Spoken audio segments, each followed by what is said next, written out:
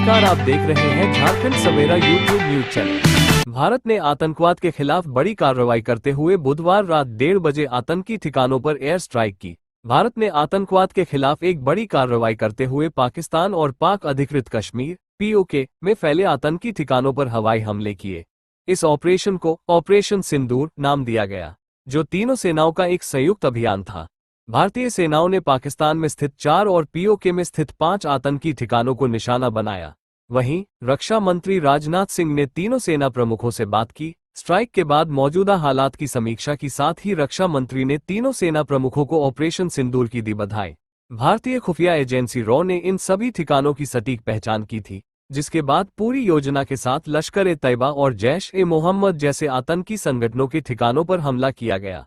आइए जानते हैं ये कौन कौन से ठिकाने थे और इंटरनेशनल बॉर्डर से कितनी दूरी पर स्थित थे। लेकिन इससे पहले आपको प्रधानमंत्री नरेंद्र मोदी का ये बयान सुन लेना चाहिए, जिसमें उन्होंने पहलगांव हमले के बाद कहा था। मैं दोस्तों इंतजार लंबा नहीं कर सकता। चुन चुन करके हिसाब लेना ये मेरी फितरत है, ये हमारा सिद्धांत है। हम घर में घुस के मारेंगे। इधर बुधवार की सुबह जैसे ही देशवासियों को एयर स्ट्राइक की खबर मिली तो लोगों में खुशी की लहर दौड़ पड़ी।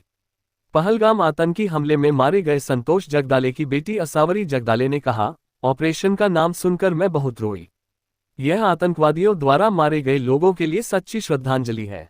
ऑपरेशन सिंदूर के बारे में न्यूज़ चैनल से मतलब हमारे परिवार वालों के कॉल आए हमें, और तब पता चला कि भारत ने जो पहलगाम में हमला हुआ था उसके ऊपर आज उन्होंने रिएक्शन मतलब उनको उत्तर दिया है इसके बदले में एयर स्ट्राइक करके।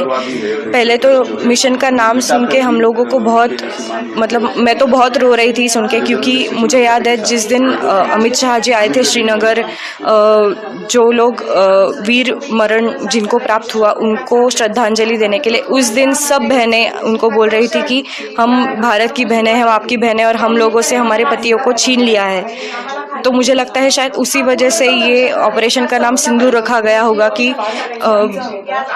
जो हमारी सरकार है जो हर स्त्री को बहन बोलता है, तो उनके पतियों को छीना गया था, तो उनका सिंदूर छीना गया था, शायद इसी की वजह से उन्होंने वो नाम रखा होगा। ये नाम पढ़ के तो हम बहुत रो रहे थे सुबह, और मुझे लगता है कि जो मेरे पिताजी का या फिर जितने भी उधर बच्चे थे उन सबके पिताजी और जितनी भी औरतें थे उनके पतियों का जो मतलब जान ली गई, तो उनका ये मरण जो था वो वेस्ट नहीं हुआ। और मुझे लगता है ये उनके लिए आज सच में दी गई एक श्रद्धांजलि है जो भारत ने एयर स्ट्राइक करके की है। मोदी जी को मैं बस तहे दिल से थैंक यू बोलना चाहती हूँ कि 15 दिनों के अंदर अंदर उन्होंने हमारे लोगों को, जो हमारे लोग मरे थे, उनको आज न्याय दिलाया। बहावलपुर अंतर्राष्ट्रीय सीमा से लगभग 100 किलोमीटर दूर स्थित यह ठिकाना जैश-ए-मोहम्मद का मुख्यालय था। भारतीय सेनाओं ने इसे पूरी तरह से ध्वस्त कर दिया। बहावलपुर में जैश-ए-मोहम्मद के लिए एक महत्वपूर्ण केंद्र था और यहां से भारत में आतंकी गतिविधियों का संचालन किया जाता था। वहीं मुरीद के नमक जगह आतंकी ठिकाना अंतर्राष्ट्रीय सीमा से 30 किलोमीटर दूर स्थित था। ये लश्कर-ए-तैयबा का शिविर था, जिसका संबंध 26 और 11 मुंबई हमलों से था। मुरीद के लश्कर-ए-तैयबा के लिए आतंकियों को प्रशिक्षित करने और उन्हें भारत में भेजने का एक अहम अड्डा था, जबकि सरजाल कैंप सियालकोट के पास सांबा कठुआ के सामने अंतर्राष्ट्रीय सीमा से 8 किलोमीटर दूर स्थित यह जैश का प्रशिक्षण केंद्र था। ये कैंप आतंकियों को हथियारों का प्रशिक्षण देता था और उन्हें भारत में घुसपैठ के लिए तैयार करता था। वहीं महमूना कैंप सियालकोट के पास ये हिजबुल मुजाहिदीन का प्रशिक्षण शिविर था और अंतर्राष्ट्रीय सीमा से 15 किलोमीटर की दूरी पर स्थित था। हिजबुल मुजाहिदीन जम्मू कश्मीर में सक्रिय एक आतंकवादी संगठन है और यह शिविर उनके लिए नए लड़ाकों को तैयार करने का काम करता था। जबकि गुलपुर आतंकी ठिकाना नियंत्रण रेखा पुंछ राजौरी से 35 किलोमीटर दूर स्थित था। गुलपुर में स्थित कैंप अक्सर सीमा पार घुसपैठ के लिए आतंकियों के लॉन्चिंग पैड के रूप में इस्तेमाल होता था। वहीं लश्कर कैंप सवाई आतंकी ठिकाना POK के तंगधार सेक्टर के अंदर 30 किलोमीटर दूर स्थित था। ये लश्कर का एक महत्वपूर्ण प्रशिक्षण केंद्र था, जहां बड़ी संख्या में आतंकियों को प्रशिक्षित किया जाता था। जबकि कोटली एलओसी से 15 किलोमीटर दूर स्थित लश्कर का ये शिविर 50 से अधिक आतंकियों की क्षमता वाला ठिकाना था। यह क्षेत्र में लश्कर की गतिविधियों का एक महत्वपूर्ण केंद्र था।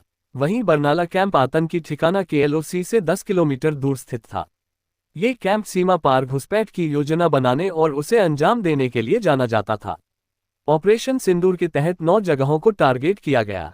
इनमें मरकज सुभान अल्लाह बहावलपुर, मरकज तैयबा मुरीद के, सरजाल तेरा कला, महमुना जोया सुविधा सियालकोट, मरकज अहले हदीस बरनाला भिम्बर, मरकज अब्बास कोटली मस्कर राहील शाहिद कोटली जिले में स्थित है, जबकि मुजफ्फराबाद में शावई नाला कैंप और मरकज सैयदना बिलाल शामिल है। एयर स्ट्राइक के बाद पाकिस्तान में खलबली मच गई है और वहां के लोग सहमे हुए हैं। पाकिस्तानियों को लग रहा है कि अब उन्हें कोई नहीं बचा सकता। एक पाकिस्तानी ने क्या कहा, आइए आपको सुनाते हैं। मौलाना मसूद अजहर साहब के जो है मदरसा है उसके ऊपर 4 मिसाइल दागे गए हैं, 4 मिसाइलों के साथ हमला किया गया है मौलाना मसूद अजहर साहब के मदरसे के ऊपर। हम अपनी अफवाज पाकिस्तान के साथ खड़े हैं, लेकिन मेरा सवाल है कि हमारी एजेंसीज कहाँ सोई हुई थी, हमारी अफवाज पाकिस्तान कहाँ सोई हुई थी जब ये हमला हुआ। मुजफ्फराबाद की भी खबर आ रही है कि मुजफ्फराबाद वाली साइड पर भी ये अटैक हुआ है, लेकिन सबसे पहले मेरे बहावलपुर सिटी के अंदर अटैक हुआ है ब्लास्टिक मिसाइल के साथ। उन्होंने हमला किया है मौलाना मसूद अजहर साहब के मदरसे के ऊपर, 4 मिसाइल मारे गए हैं। अभी ये कहना कबल वक्त है कि गोया कितनी सच्चाई है इस खबर के अंदर, किस साइड से ये मिसाइल आए हैं, ये अभी कन्फर्म होना बाकी है। लेकिन ये कन्फर्म न्यूज़ है कि उनके मदरसे के ऊपर 4 मिसाइल मारे गए हैं। पाकिस्तान जिंदाबाद, पाक फौज जिंदाबाद, इमरान खान जिंदाबाद। भारत द्वारा पाकिस्तान पर किए गए एयर स्ट्राइक के बाद बॉर्डर पर हलचल बढ़ गई है और भारत अपने युद्ध टैंक के साथ जाने हुए है। वहीं एयरफोर्स पूरी तरह से अपनी नजरें गड़ाए हुए है। भारतीय सेना पूरी तैयारी के साथ पाकिस्तान के प्रतिक्रिया का मुंहतोड़ जवाब देने के लिए तैयार है। युद्ध की संभावना को लेकर भारत की तीनों सेनाओं का संयुक्त अभियान भी जारी है। पाकिस्तान कोई हिमाकत करता है तो उसे नेस्तानाबूद कर दिया जाएगा। उधर पाकिस्तान सीमा पर लगातार गोलीबारी कर रहा है और एयर स्ट्राइक के बाद वो और अधिक बौखला गया है। ऑपरेशन सिंदूर के तहत भारतीय सेना की पाकिस्तान पर की गई एयर स्ट्राइक ने पाकिस्तान की कमर तोड़कर रख दी है। एयर स्ट्राइक के जरिए आतंकियों के 9 ठिकानों को तबाह किया गया है। इन आतंकी अड्डों में छिपे 100 आतंकी ढेर हो चुके हैं। ऑपरेशन सिंदूर भारत ने पहलगाम हमले का बदला लिया और पाकिस्तान पर 24 मिसाइल दागी, जिसमें 100 से ज्यादा आतंकी ढेर हो गए हैं और इस हमले में जैश लश्कर के हेडक्वार्टर तबाह हो गया है। पहलगाम में हमारे सैलानियों पर हमला सिर्फ एक आतंकी कार्रवाई नहीं थी, ये हर भारतीय के सीने पर एक वार था। लेकिन भारत अब 1947 या 1971 वाला नहीं रहा। यह वो नया भारत है जो अब सिर्फ चेतावनी नहीं देता, सीधे कार्रवाई करता है। और यही हुआ आज तड़के, जब अंधेरे में उड़ान भरते भारतीय वायुसेना के मिराज 2000 लड़ाकू विमान पाकिस्तान के कब्जे वाले इलाके में घुसे और आतंक के अड्डों पर कहर बनकर टूट पड़े। तड़ातड़ बमबारी हुई और चंद ही मिनटों में बालाकोट की जमीन पर आतंक की जड़ें हिल गईं। यह एयर स्ट्राइक एक सैन्य ऑपरेशन नहीं, एक राष्ट्र की आत्मा से निकला हुआ प्रतिशोध था।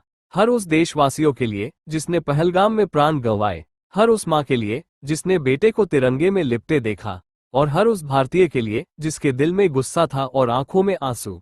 भारत ने दुनिया को साफ संदेश दे दिया है कि आतंकवाद की फैक्ट्री चाहे सरहद पार हो या सीमा के भीतर, अब कहीं भी सुरक्षित नहीं। आतंक का साथ देने वाला कोई भी देश अगर चुप बैठा तो अगला निशाना वो खुद होगा। आज की यह स्ट्राइक सिर्फ बदला नहीं, भरोसा है उस भारत का जो हर हमले का हिसाब रखना जानता है और समय आने पर वो हिसाब चुकता भी करता है, पूरे दम, पूरे आत्मविश्वास और पूरे गर्व के साथ।